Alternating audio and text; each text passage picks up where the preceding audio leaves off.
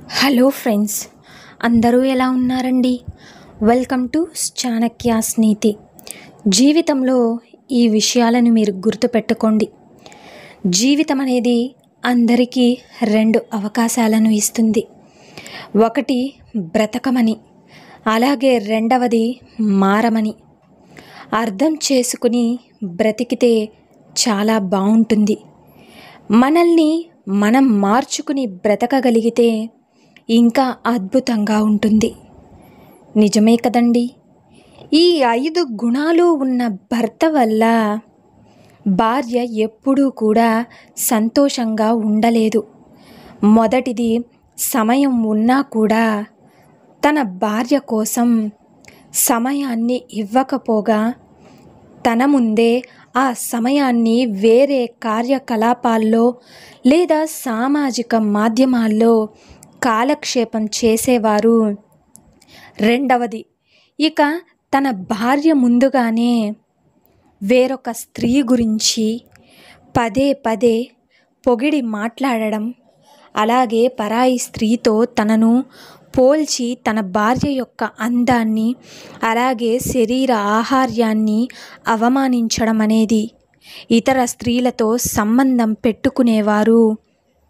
ఇక మూడవది, చిన్న చిన్న విషయాలకే తన భార్యతో గొడవలు పెట్టుకోవడం, కావాలనే తనపై అధికారం చూపించేందుకు, తనపై భయం ఇంకా గౌరవం నిలిపేందుకు తన భార్యని కొట్టడం, హింసించడం చేసేవారు. ఇక నాలుగవది, ప్రతి క్షణం కూడా భార్యలో తప్పులు వెతకడం, తను చేసే ప్రతి పనిని కూడా చిన్న చూపు చూడడం, తన కష్టాన్ని గుర్తించకపోగా మళ్ళీ దానిలో లోపాలను ఎత్తి చూపడం చేసేవారు. ఇక ఐదవది, అందరి ముందు కూడా భార్యని చులకనగా చూడడం, కావాలనే భార్య పరువు తీయడం, తనపై తప్పుడు నిందలు వేయడం, తప్పుడు మాటలు మాట్లాడడం, తనకు కావలసింది దక్కకుండా చెయ్యడం. ఈ 5 గుణాలు ఉన్న భర్తతో స్త్రీ ఎప్పటికీ సంతోషంగా జీవించలేదు. అర్థమైంది కదండి? అలాగే ఒక్క విషయం, భార్య అలిగితే భర్త ఒక మెట్టు దిగి తనని బతిమిలాడినంత మాత్రాన పోయేది ఏమీ లేదు. అంతకు మించిన ప్రేమ దొరుకుతుంది. భార్యపై కోప్పడితే గనుక తాను బాధపడుతుంది. ఇక బ్రతిమలాడితే బిడ్డల ప్రేమను పంచుతుంది. నిజమే కదా? ఇక ఇదే ఆడవాళ్ళ యొక్క అద్భుతమైన గుణం. భర్తకు కష్టం వచ్చినప్పుడు నీతో నేనున్నానంటూ భార్య ఇచ్చే భరోసాను మించిన ఆయుధం ఈ ప్రపంచంలోనే ఇంకోటి ఉండదు. ఇక భార్యకు దుఃఖం కలిగినప్పుడు తనని ఓదారుస్తూ హద్దుకునే హృదయానికి మించిన సుఖం ఇంకా స్వర్గం తనకి ఎదలోనూ దొరకదు. కానీ ఈ సమాజంలో భరోసా ఇవ్వని భార్యలు, అసలు హృదయమే లేని భర్తలు ఇంకా ఎందరో. అలాగే నచ్చిన మనిషితో గడపాలి అంటే ఒక్క రాత్రి చాలు. ఇంకా అదే ప్రేమించిన వ్యక్తితో గడపాలి అంటే ఒక జీవితం సరిపోదు. నిజమే కదండి? ఒకప్పుడు నచ్చి ఇప్పుడు నచ్చట్లేదు అంటే ఆ మనిషిపై మోజు తీరిపోయింది అని అర్థం. గుర్తుంచుకోండి, ఇక మోజు అనే పదం చోటు చేసుకున్న ఏ బంధంలో కూడా ప్రేమ అనేది ఎప్పటికీ ఉండదు. అది కేవలం వాంఛ మాత్రమే. ఇక అది తీరిపోయింది అంటే ఆ బంధాన్ని కూడా తెంచుకోవడానికే ప్రయత్నిస్తుంటారు. జాగ్రత్తగా ఉండండి. అలాగే అన్నం పెట్టేవారికే సున్నం పెట్టే రోజులివి. ఏమీ ఆశించకుండా కనీసం బాగున్నావా అని, తిన్నావా అని కూడా ఎవ్వరూ పలకరించరు. ఎవరితో ఎంతలో ఉండాలో అంతలోనే ఉండాలి. కాస్త చనువు ఇచ్చినా సర్వం ముంచేస్తారు ఈ జనాభా. గుర్తుంచుకోండి, ఆకాశంలో గాలిపటం ఎగరాలి అంటే దానికి దారం కావాలి. అలాగే ఇక అది కింద పడకుండా ఉండాలి అంటే గాలి కూడా కావాలి. అవునా? కానీ ఇవి రెండు ఎవరికీ కనిపించవు. అలాగే ఒక్క విషయం, జీవితంలో నీ కష్టం, అలాగే నష్టం, దుఃఖం, దరిద్రం ఎవ్వరికీ కనిపించవు.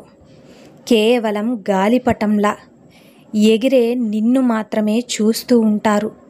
ఇక ఆ దారం, అలాగే ఆ గాలి యొక్క విలువ నీకు మాత్రమే తెలిస్తే సరిపోతుంది.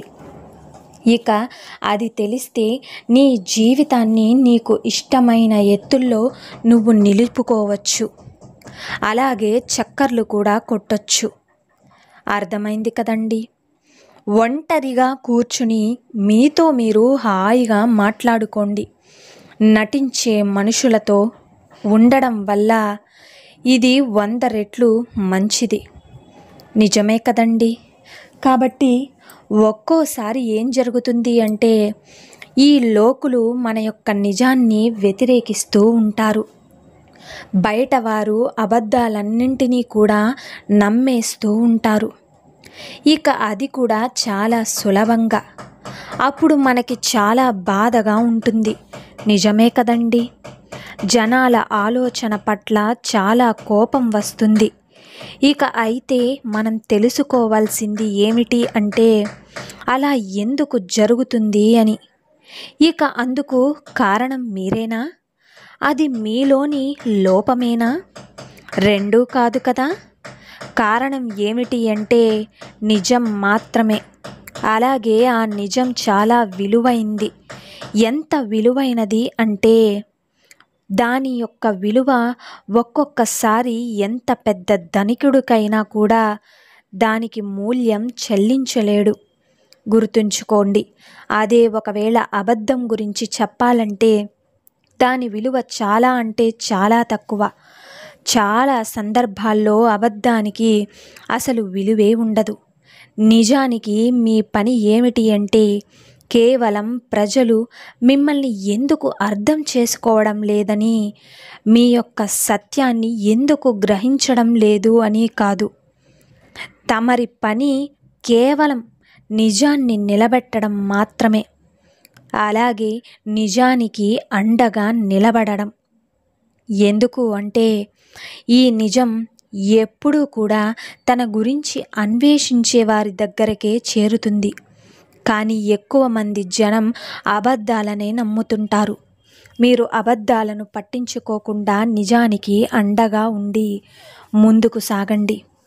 నిప్పు లాంటి నిజాన్ని ఎవ్వరూ దాచలేరు. లోకం ముందుకి ఎప్పుడో ఒకప్పుడు వచ్చి నిలబడేది కేవలం సత్యం మాత్రమే. గుర్తుపెట్టుకోండి, ఇక అసత్యం మిమ్మల్ని దోషిగా నిలబెడుతుందంతే. మీరు సత్కర్మలను ఆచరిస్తూ నాతో కలిసి మంచిగా ఎలా బ్రతకాలి అని చెప్పి తెలివిగా ఆలోచించడం మొదలు పెట్టండి. సో చూశారు కదండి ఇవాల్టి వీడియో. ఈ వీడియో మీకు నచ్చిందని అనుకుంటున్నాను. నచ్చితే చిన్న లైక్ చేయండి. అలాగే మన ఛానల్ ఎవరైనా స్టార్టింగ్ చూస్తుంటే సబ్స్క్రైబ్ చేసుకోవడం మర్చిపోద్దండి. ఇలాంటి చాణక్య నీతి మరిన్ని మోటివేషనల్ వీడియోస్ మీకు నోటిఫికేషన్ రూపంలో రావాలంటే పక్కనున్న బెల్ సింబల్ని క్లిక్ చేయడం మర్చిపోద్దండి. అలా చేస్తే నేను పెట్టే ప్రతి వీడియో మీకు నోటిఫికేషన్ రూపంలో అయితే వచ్చేస్తుంది. సో వీడియోలో ఏదన్నా పక్కన డిస్టర్బెన్స్గా ఉంటే దానికి కొంచెం అడ్జస్ట్ చేసేసుకోండి. పక్కన సౌండ్స్ అనేవి కొంచెం విపరీతంగానే వస్తున్నాయి. సో మీకు విపరీతంగా సౌండ్స్ ఏమన్నా ఇబ్బంది అనిపిస్తే కొంచెం అడ్జస్ట్ చేసుకోండి. So thank you for watching friends. రేపటి వీడియోలో చాణక్యులు గారు ఏ మంచి మాటలను, ఏ మంచి సూక్తులను మనకి చెప్పబోతున్నారన్నది మనం రేపటి వీడియోలో అయితే తెలుసుకుందాం.